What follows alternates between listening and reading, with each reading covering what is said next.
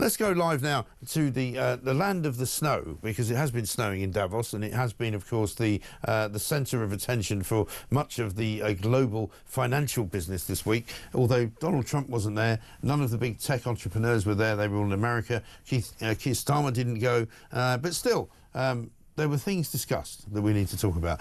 Zoya Sheftalovich is here. Zoya, very good morning to you. Good morning. My apologies for the connection issues. When you've got 3,000 people in a tiny Swiss town all trying to connect to the internet in the morning, you have some problems. Yes, absolutely. Listen, it's not your fault, and I completely and utterly pardon you for that, because that's the thing that goes on these days, isn't it? You get pardoned for anything that you do. So what's it been like? Because I'm hearing, you know, we saw David Beckham turned up there the other day, and I suddenly thought to myself, has the kind of the peak, I suppose, period for Davos and the world's global elite kind of passed? I wonder if it's no longer really the place to be that it used to be, you know, maybe 10 years ago. We did see David Beckham on the ground here at Davos. Celebrities have always been a pretty key feature. Mel B was also here in town, will.i.am, and all sorts of other US and Brit celebrities. Yeah. But there were some high-level politicians as well. And while Trump didn't come in person, he did beam into the World Economic Forum Congress Center on Thursday in a pretty interesting address that he delivered to the crowd. In terms of whether it's changed over the past 10 years, I think probably some of the sheen has worn off, because there is this idea of, like, it is for, you know, it's an elite place, it's difficult to get to, it's the middle of winter, that's not by accident. So there is this kind of anti-elite sentiment. But that being said, I wouldn't be surprised if Trump comes next year. There was definitely a lot of appetite to see him yesterday. The queue to see him in the Congress Hall, even via video address, went out the door and up the stairs. So he's a popular fellow for the folks here in Davos. Well, he's box office, isn't he? And I guess at the moment he is kind of he's the main man, because this is the week that he suddenly got back the presidency in the White House, only the second person in the history of the American presidencies to do so.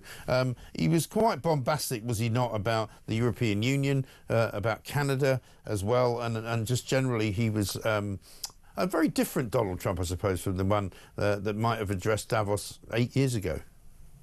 He was, and actually there was an interesting ray of sort of sunshine for the Europeans. Sometimes Trump says that he hates Europe. Yesterday he said that he loves Europe. So I think that was something that people, you know, people who are desperate for some little sign of him softening against the EU are looking for. That was greeted with some relief. He did also say some things about the war in Ukraine. He seemed to blame Putin for the war and indicate that he was going to be pushing hard to make Russia end the war. So I think there was stuff in his speech that people really wanted to hear. And there was also obviously a lot of bombastic. So, you know, you mentioned earlier that he managed to get 600 billion from the Saudi crown prince. He said yesterday in his speech that he'd like him to round it up to $1 trillion. So that sort of classic Donald Trump lines. There were plenty of those too, where he was doing a deal on the stage of Davos. Absolutely. And I think he took advantage of the situation. There was a couple of American banking executives there as well, and he had a go at the debanking of conservatives. Have a look at this. By the way, speaking of you, and you've done a fantastic job, but I hope you start opening your bank to conservatives, because many conservatives complained that the banks are not allowing them to do business within the bank, and that included a place called Bank of America. They don't take conservative business, and I don't know if the regulators mandated that because of Biden or what, but you and Jamie and everybody, I hope you're going to open your banks to conservatives, because what you're doing is wrong.